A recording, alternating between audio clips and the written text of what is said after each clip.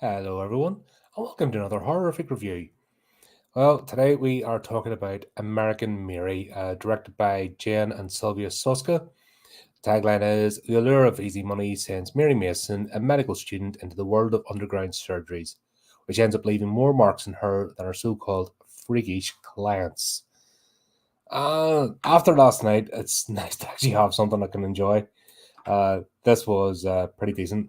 Still got a couple of issues with it, but on the whole, uh, good movie. A lot of fun. I think it's meant to have the overtones of a dark comedy, but it's not really. It's more of a sort of body horror and there's a drama type feel to it. But we start off, we've got Mary Mason, and she is, as it says in the tagline, medical student. And we start off with here having money problems. She's showing that she's, intelligent in class. She's always goofing about. Her phone's going. Bit of an odd duck. Doesn't seem to have a social life or much in the way of friends or anything.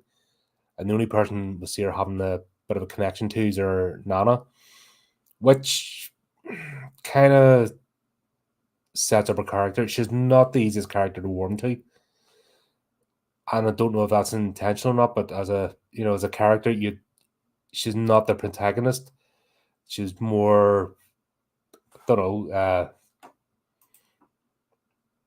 would anti-hero be the word? I think she falls more into that category than she's not an antagonist. She's not, you know, what I mean, she's not a serial killer. It's not that. This isn't a slasher movie. It's a bit deeper than that, which is cool.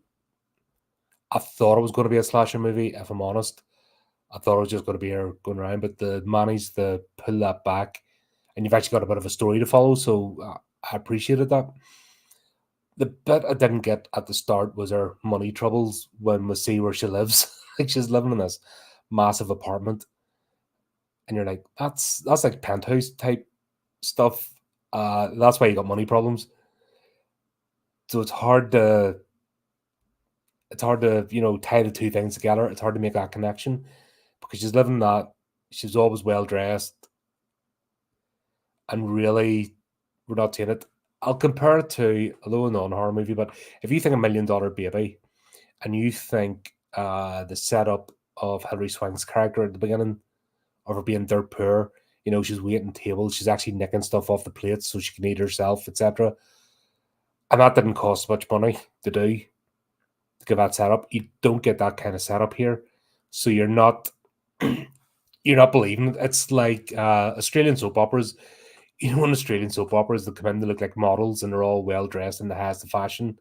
I'm talking about back in the day. I don't know, probably the same now, but then they complain that they're broke, and you sort of look at it and you go, nah, because everything's so polished and clean and that, and you kind of get this. They've grunged the apartment down a bit, but it's still like our flipping living room alone leading into the walking. It's just huge, huge piece of space, and it's like there's people would die for a space like that.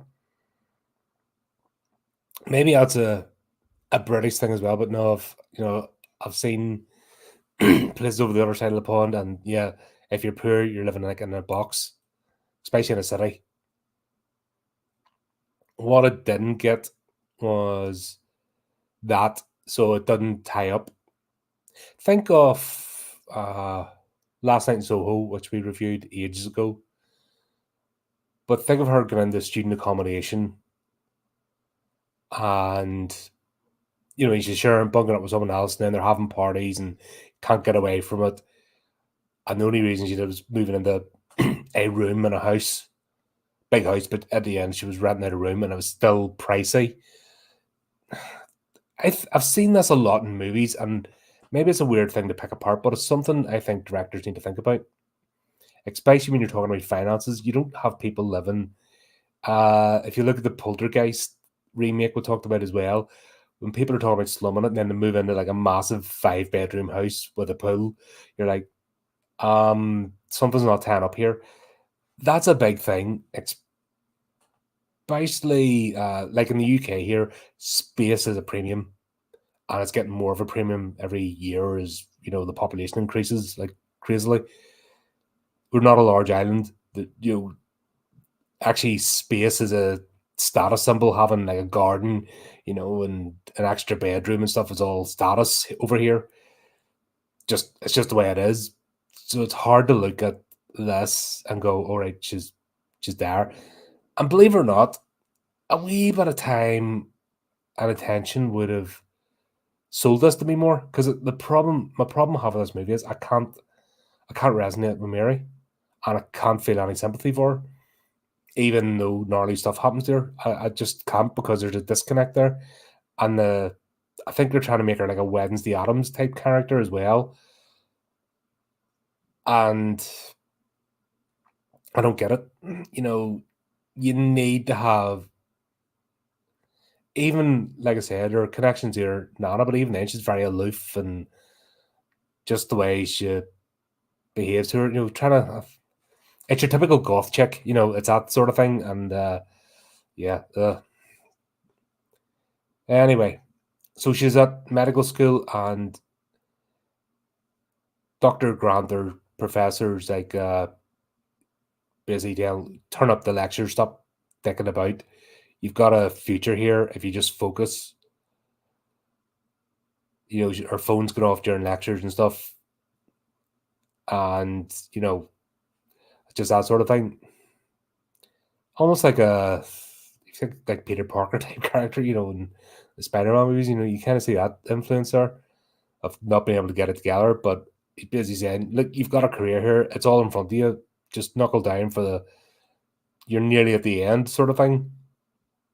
Because she's at that point where she just has to do a residency, and essentially through. Fun fact: surgeons do not go by the title doctor. I don't know if it's the in UK anime. I think it's a European thing as well, because what it was, surgeons were considered second class workers that compared to doctors, and they wouldn't give them the title doctor. And this whole thing, and I can't remember exactly when it was, but when it came to like, oh, we'll let you be called doctors now, the surgeons went, "Nah, you're all right. We'll actually embrace the title Mister, Mrs, Ms, because stuff your title, and surgeons are more renowned now and are considered like a higher tier than doctors," which is funny. It was one of those things at table, snobbery turning back on itself.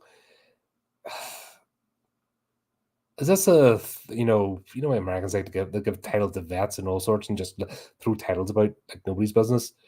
Is that part of that culture? Because that would have been something interesting just to throw in there as a when they kept calling her doctor. It's like, I'm not a doctor or surgeon. There would have been a great line to throw in, and maybe a bit of history on it. And actually, you needed a hook here to make you warm to the character, and it wasn't there. That's my issue with it. However, in saying that, there's a lot of supporting characters that you can get with. My favorite characters are actually Beatrice and Lance, the two side characters. Beatrice initially, you're like, oh, but it takes you a minute, and then you warm to her. It's someone who's genuine, genuine, and genuinely looking for a friend, and genuinely embraces who they are. And this is where it all comes into the body modification surgery, because she's went to plastic surgeons and essentially made herself look like Betty Boop. That's her muse, if that makes sense, and that's what she's modeled herself on. That's and she's sort of the ground, the earthen rod in this. Yet Mary constantly rejects her, which doesn't make sense, because I can understand the initial reticence, but once she steps into this world, why did she continue to shun Beatrice when the woman's been nothing but kind to her, and actually, apart from like wanting to go for a coffee, really has done nothing on her apart from making contact. So this, like I said, this aloofness you just can't warm to Mary, so you really don't have any sympathy for her. And then when you don't have sympathy for her, or you don't have a connection, then you can't connect with her art. You just, it's that sort of thing. I think that's the problem of the alt culture. I think that's my thing. There's a perception of what you have to be alternative, and everyone buys into it. You must have all the tattoos of all types. You must have all the piercings. You must have the brightly. You must wear the uniform, and it must be across the board with all subgenres. You can't be into horror. I just if you're into horror, you have to be into heavy metal. You have to be into goth stuff. You have to be into there's just requirement to be all things. It's very for a culture or nerd culture in general where you're supposed to be not of the norm. It's very formulaic, and unfortunately, in movies that are portraying that culture, it comes across.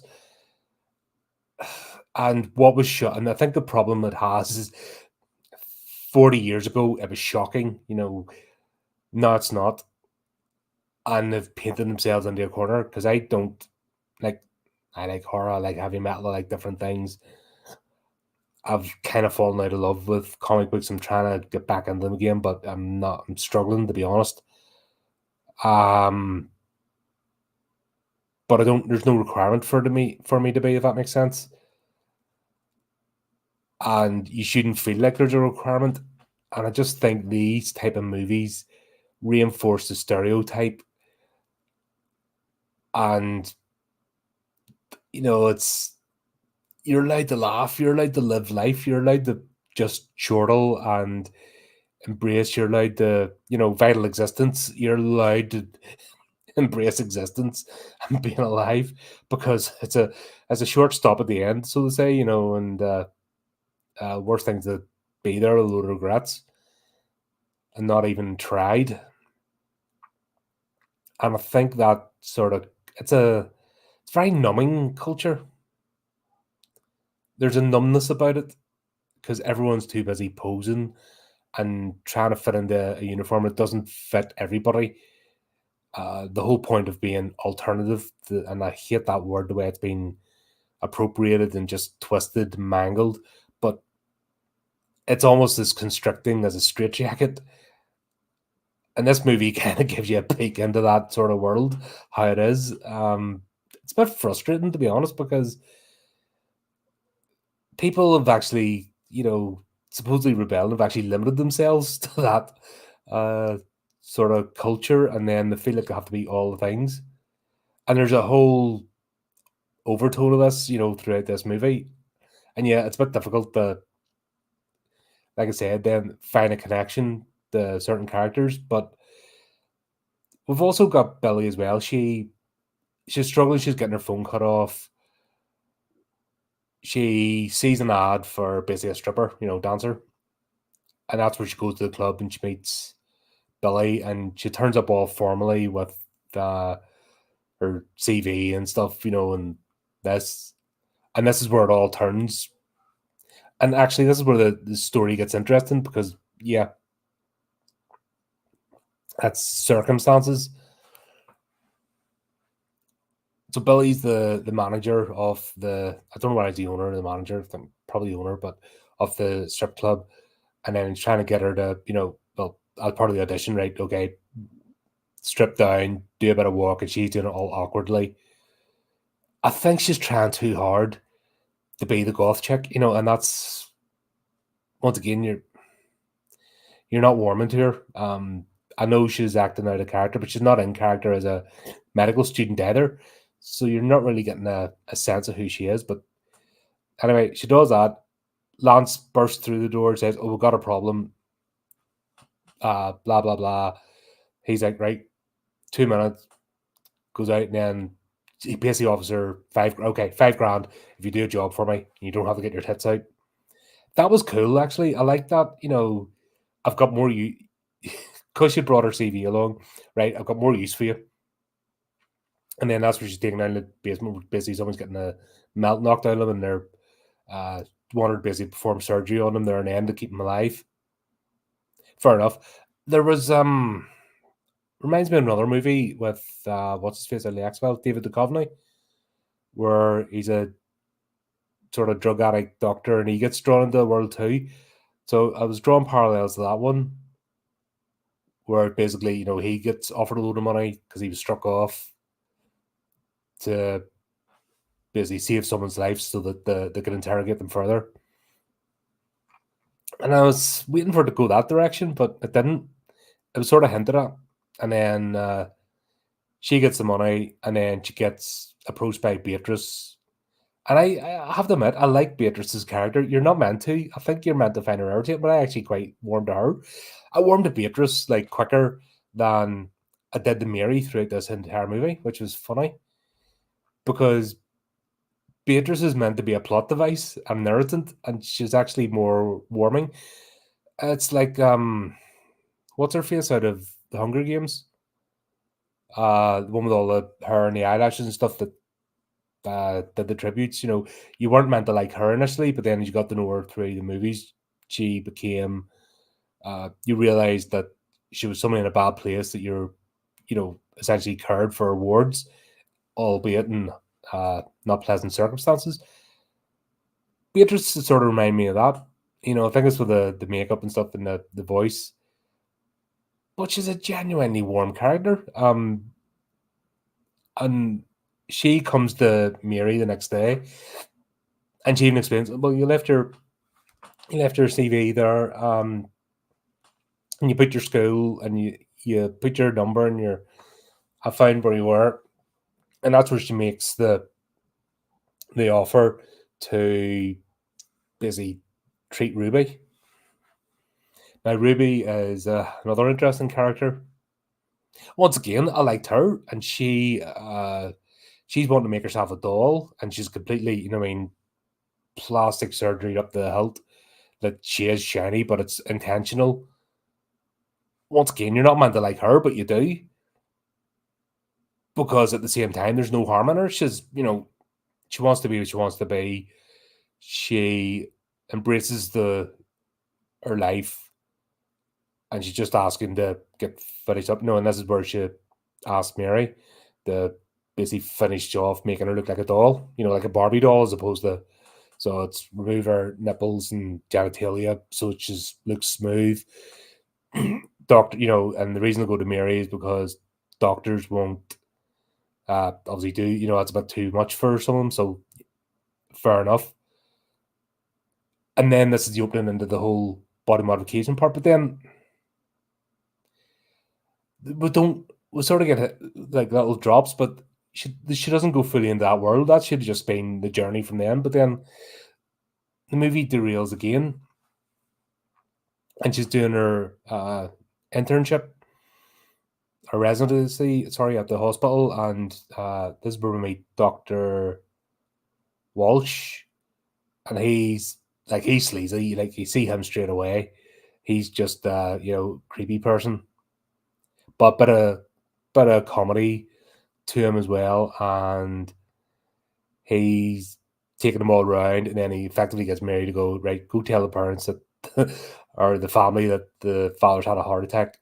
Okay, she goes and does it. It's all deadpan. Once again, this is the bit where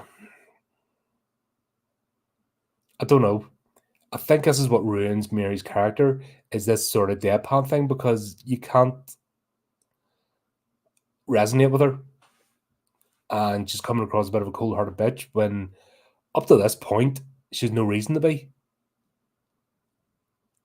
So yeah, I think, like I said, it's the old generic old cough problem that paints people in the corner. They think they have to be lifeless zombies, and it's, like I said, it's kind of sad that the culture feels that it has to promote that and people have to embrace it and blah blah blah.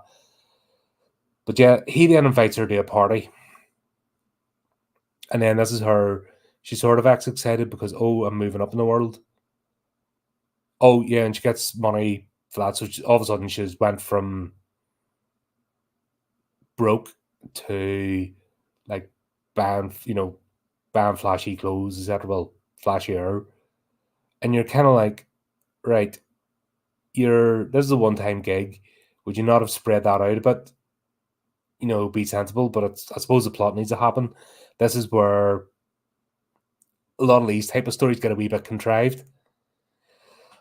But yeah, she goes to the party, and it turns out it's like you see it from when she walks in the door because you see someone in lingerie getting taken to another room with two blokes, and essentially she's been brought. They think she's a prostitute. It's basically they've hired a bunch of hookers for the night, and they're all good night. And then we meet some irritating person, Dr. Black, I think it was, at the door, and he's over hyper and irritating. And when he explains to her, like before she even has a drink, that this is considered a lobby, and then everyone goes into other rooms.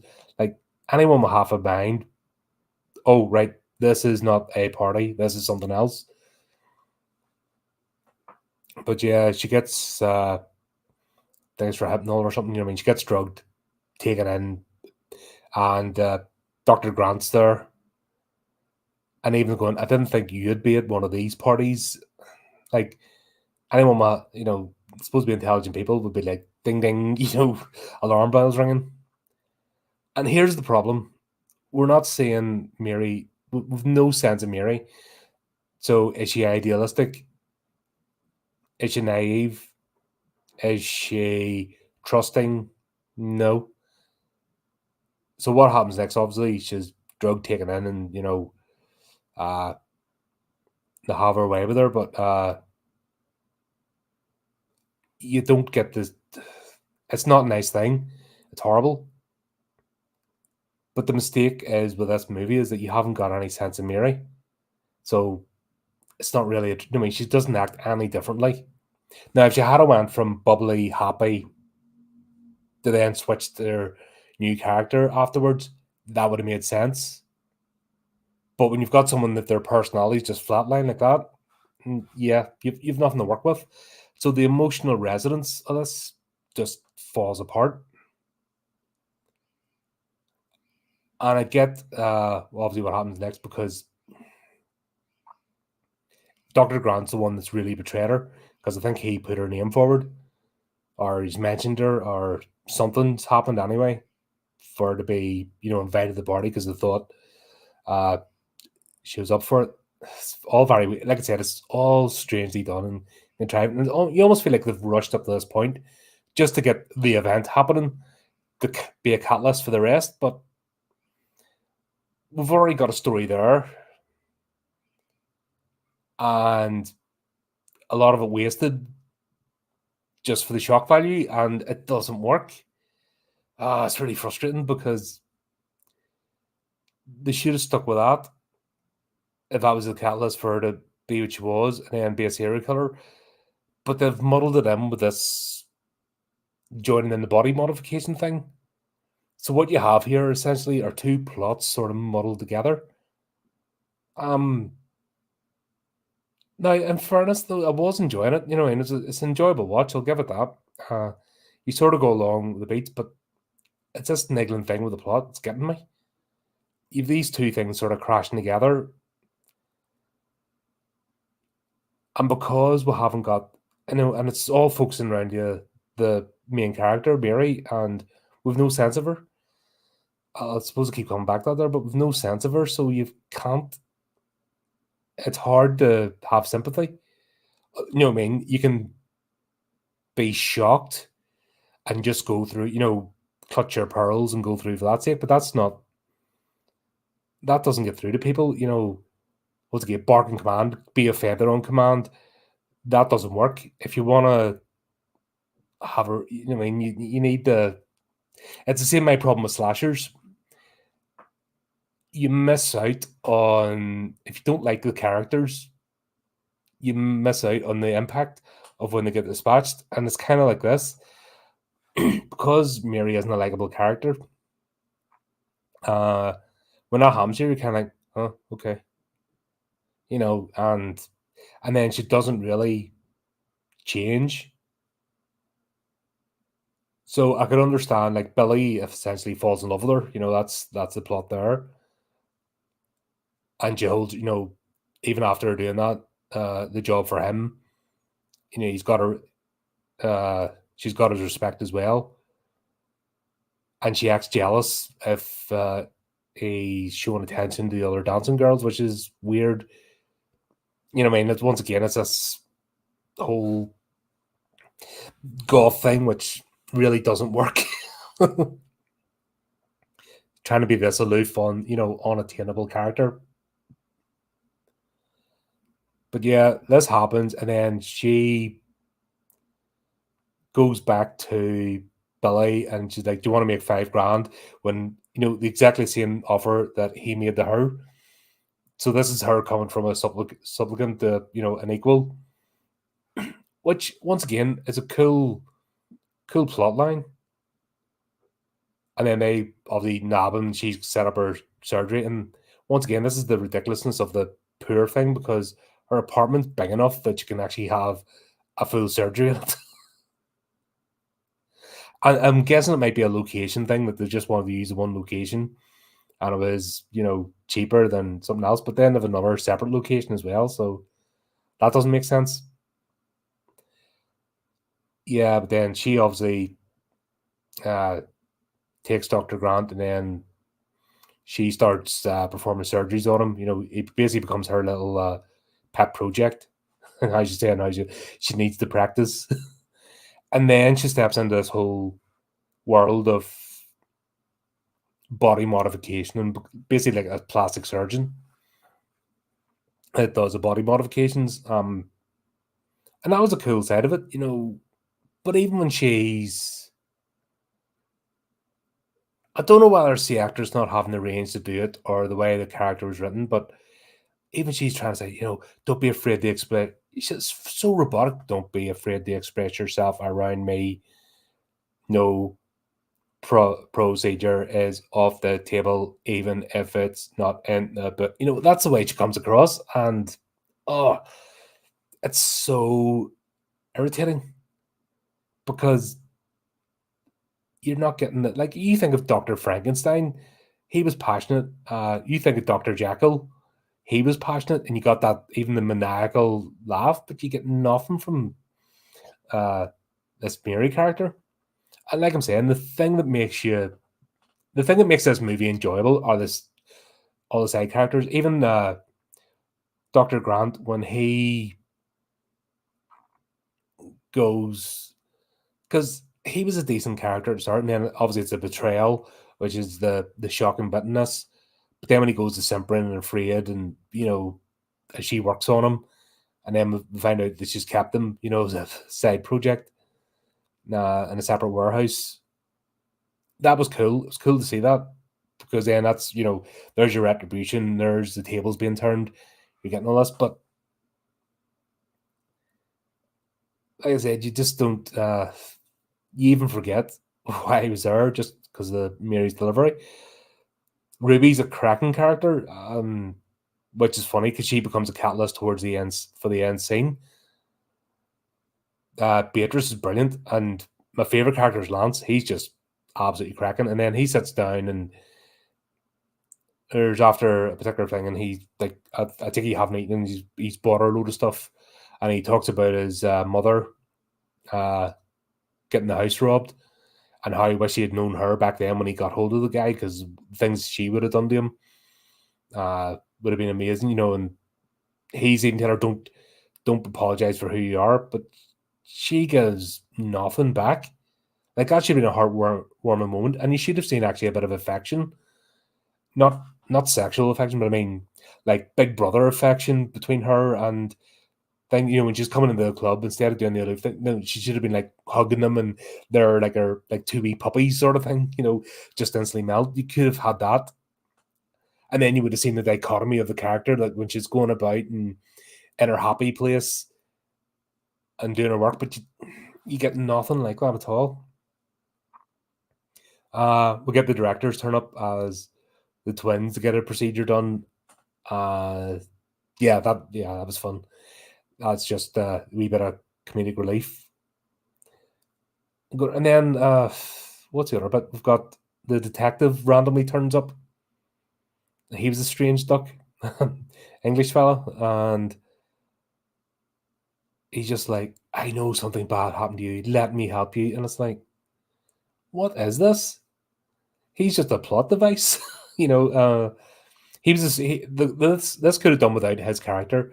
I don't see what purpose it served, even at the end. But like the police didn't have to turn up at the end, and he didn't have to be there. It seemed like a wee bit of extra expense that didn't need to happen because really, if they had done more the her entering the world of the illicit surgeries, I just a funny feeling that they only hinted at it and they didn't do enough of that.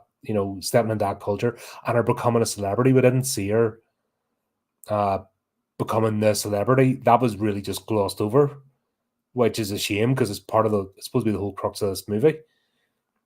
I would like to see more of that and meeting the weird, and wonderful people, but we didn't.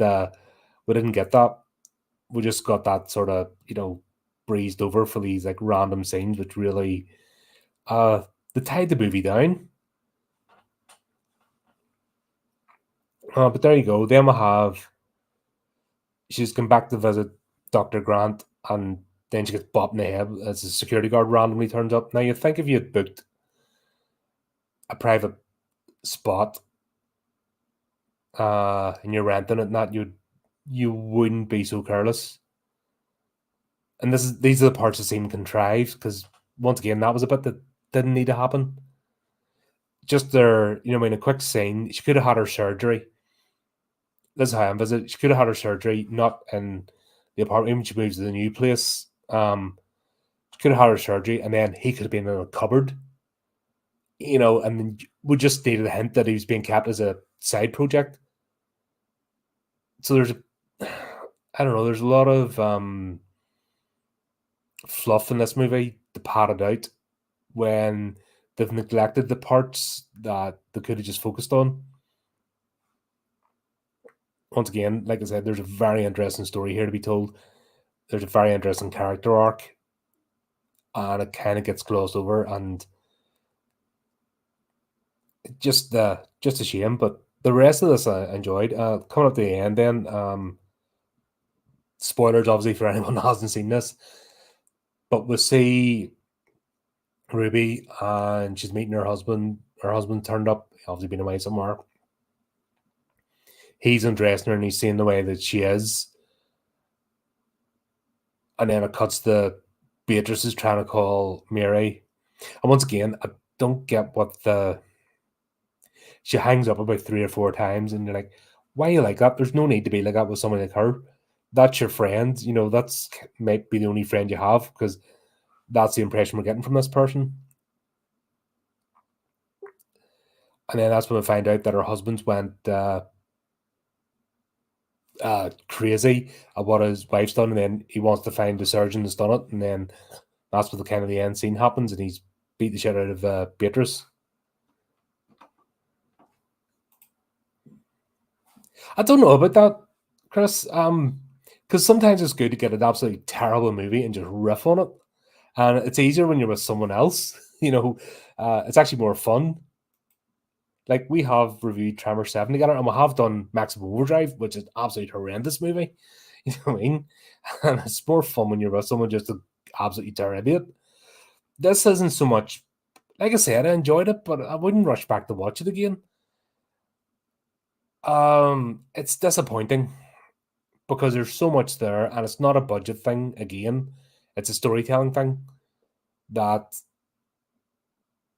it's just that culture forms its paints itself into a corner with the way the characters have to be, and it leaves no room for growth. And there's nothing worse than being boxed in. That you have to act a certain way, and it's that whole Wednesday Adams thing, which let's be honest, everyone's modeling themselves like modern alt/goth culture models himself on the Christina Ricci portrayal of Wednesday Adams, but even then, there was still warmth within the family, and everyone seems to gloss over that. You're allowed to be warm. It's when you're dealing with exterior forces, as you put it, the cold act, and also the miss the satire and the comedy part. Uh, but there you go. That's that. Yeah, the movie ends, and obviously the husband lashing out, and they end up both getting taken out. And then there's a whole scene with the policeman. But once again, there's a whole bunch of cast, like all the police turning up and the detective turning up for an additional scene, which would have cost money and time that didn't need to happen because it could have just finished it off with it just fading to black. And we could have spent more time on the her actually in the world and becoming a celebrity because we didn't get it. It's just really glossed over, and that's the thing that really would make this movie like a real classic and real step above everything else. Think of Repo Genetic Opera. Think of that. That fully embraced what it was. That's got legs. You can watch that again and again and enjoy it. Think of the Rocky Horror Picture Show. Every character embraces who they are, and that thing's got legs.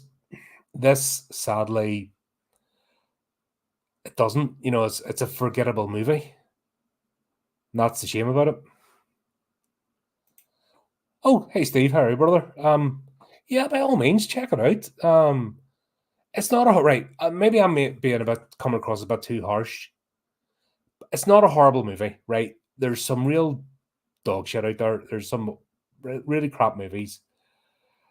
I think what's frustrating with me with this one is that there's a potential of a great movie here. I mean, there's a potential just to take it to the next level, but it was kind of wasted by falling into the old tropes. But on the whole, like I said, don't expect to enjoy this movie for Mary Mason's character, but look at the other characters. They actually prop her up and they make it worthwhile. Like I said, Beatrice and Lance are brilliant in this. They're brilliant characters. I like Ruby, even like Billy as a broken man who's found love for the first time and doesn't know what to do with it. Considering the sleazy world he's in and the sleazy guy that he is, he finds love for the first time and he's confused. He and then being afraid of her as well. His scenes where he's actually daydreaming about Mary are better than Mary herself, if that makes sense. Which actually shows that the actors can do it. Because in the dream sequences, she's coming across as that sort of Black Widow, sensual but deadly, creature. Uh so it was possible, or like I said, that's what's rubbing me the wrong way is that the potential is it's all sitting right there. Like it's just like the great movie sitting there and it's just held back by convention. And it's by the alt convention. That's the bit that's holding this movie back, and it's just a shame. But there you go. There's my review. God, that's one from a while ago. I'll have to do that on the show sometime. But yeah, there you go. That's that. It's worth watching, definitely. And obviously interested to hear your thoughts if you do watch it. By the way, top tip, folks. The reason I put these stream ahead of time is to give you a chance to watch a movie, so that if you just come in the chat, you can uh, join in. If I'm doing a live stream, I try to give it a couple of days at least, so you know it's there. Try to watch a movie and then jump on, because honestly, it'd be cool to have the conversation, especially with people who've seen the movie as well. That's another reason I pick on all these like independent, weird, and random ones, because that Hollywood is completely dead. So it's good to see independent horror, and this one's actually, right. Let's finish in a high because I know I've kind of ripped this. I hadn't planned to until I thought about it, but it looks great. Okay, the visuals in this, the camera shots are fantastic. The settings, they're brilliant too. Like it doesn't look cheap and thrown together. Sounds great. That's one thing about it. The sound in this and the use of music isn't overpowering. Like when Steve and I talked about some of the Amicus movies, they really went overboard with the music and then it tears it apart. When Cameron and I talked about movies like Spiral, where the music is so horrendous that it just takes you away. This actually real good use of sound and music. Right, they're a scene with the twins, and basically what the procedure want, they want each other's left arm cut off and swapped so that if one of them died first, they'd still be connected to each other. And in the operating theater, it's the porcelain uh, arms of a mannequin. You see that, and I did kind of laugh because it didn't even have the makeup on. Like they're all made up, and then just it's just a straight up arm, not even a bit of paint or effects over the top of it. That made me laugh, which is the unintentional comedy. But for the most part, the effects in this are decent. Like I've seen some cheesy effects done over time, but the effects in this are actually they're quite nice, and they do the thing of showing you on camera and off camera just right, so that you know that if they can't afford to do a shot or get the detail they want, they use the off camera thing. But it's not like last night's movie where everything was done off camera and it was pointless. So all that's good. Every other character except for Mary's brilliant, like, and fits in and plays their role. So why they get it wrong with the one character? And for the most part, the plot does resolve. Like I said, it does follow through and resolve itself, while a bit convoluted and trying to smash a few things together. But yeah, it's not a horrible watch. In fact, a lot of as a popcorn flick, let's put it guess, as a popcorn flick, cool. And it's good, a wee quirky one just to throw in there. It's not anything classic, or like you'll watch it once and that's it. It's not one you're going to stick on again and again and again. Just saying, but not horrible. But there you go. There's that. I haven't decided yet what I'm doing tomorrow. I might just stick a game on or something. But yeah, we have a few things coming up, and I've just made details. Going to have another interview coming up next week. So as always, there's lots going on. So just easy to say, keep up to date with the channel, do the type of things. Until next time, keep it creepy, keep it horrific.